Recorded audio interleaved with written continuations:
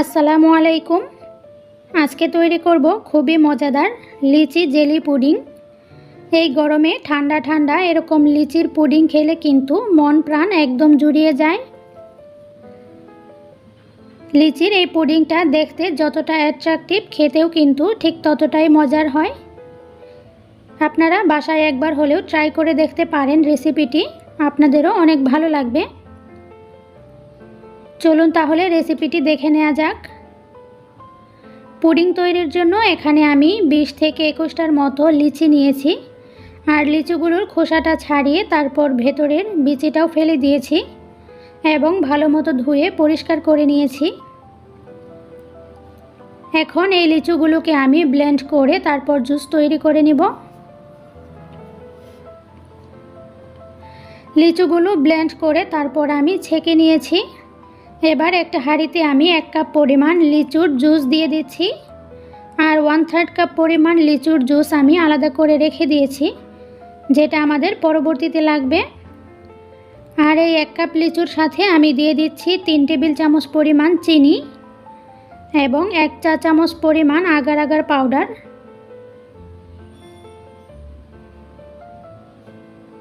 এবার সব কিছু ভালো মতো মিশিয়ে তারপর চুলাটাকে অন করে দিয়ে এগুলোকে জাল করে নেব। অনবরত নেড়েচেড়ে এই মিশ্রণটাকে জাল করে নেব বলক আসা পর্যন্ত। যখন এরকম সম্পূর্ণ বলক চলে আসবে এই পর্যায়ে চুলাটাকে বন্ধ করে দিয়ে এটাকে কোনো একটা ছড়ানো পাত্রে ঢেলে তারপর ঠান্ডা করে নেব। আর এবার একই হাঁড়িতে আমি নিয়ে নিচ্ছি 1/3 কাপ পরিমাণ লিচুর জুস, যেটা আগে রেখে দিয়েছিলাম সেইটা। সাথে দিয়ে দিচ্ছি 2 কাপ পরিমাণ নর্মাল পানি। মিষ্টির জন্য দিয়ে দেব 1/3 কাপ পরিমাণ চিনি, তবে মিষ্টিটা আপনারা আপনাদের পছন্দ অনুযায়ী কমিয়ে বা বাড়িয়ে নিতে পারেন। দিয়ে দিচ্ছি 1.5 চা চামচ পরিমাণ আগার আগার পাউডার। এবার সব কিছু ভালো করে নেড়েচেড়ে মিশিয়ে এটাকে জাল করে নেব বলক আসা পর্যন্ত। বলক চলে আসলে চুলাটাকে বন্ধ করে দিয়ে এটাকে ঠান্ডা করে নেব একটু। আর আজকের পুডিংটা সেট করার জন্য আমি এরকম একটা কেকের মোল্ড নিয়েছি। আপনারা যে কোনো বাটিতেই এটা সেট করতে পারেন। পুডিংয়ের মিশ্রণটা আমি ঢেলে নিয়েছি। আর প্রথমেই যে মিশ্রণটা আমি জাল করে ঠান্ডা করে নিয়েছি এটা কিন্তু পুরোপুরি সেট হয়ে গিয়েছে। এবার এটাকে একটা চাকুর সাহায্যে ছোট ছোট কিউব করে কেটে নিব।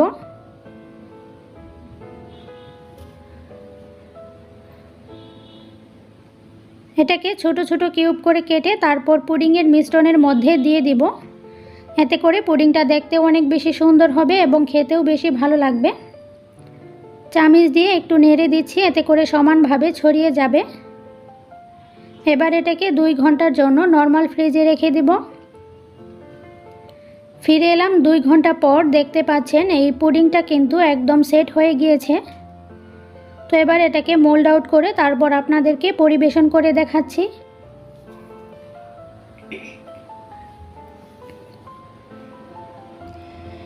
আর এই তো এরই মাঝে কিন্তু তৈরি হয়ে গিয়েছে আমাদের খুবই মজাদার লিচি জেলি পুডিং। এটা খেতে কিন্তু সত্যি অসম্ভব মজাদার হয়।